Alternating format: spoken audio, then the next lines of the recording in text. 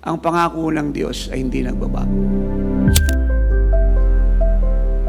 Ano man ang ating sitwasyon, ano man ang nagaganap sa mundo, ano man yung ating nararamdaman, ano man yung version ng Diablo at kung sino-sinong tao, ay huwag nating alisin ang ating puso at isip sa Kanya, sa Kanyang mga pangako. At ito po ay ating paniwalaan at asahan.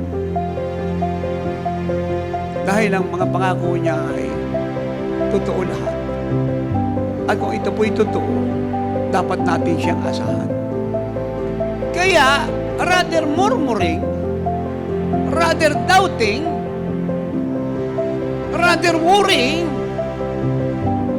or rather backsliding, and rather living in fear, why don't you celebrate? Rejoice! Shout! Sing! Jump! Dance! And praise God!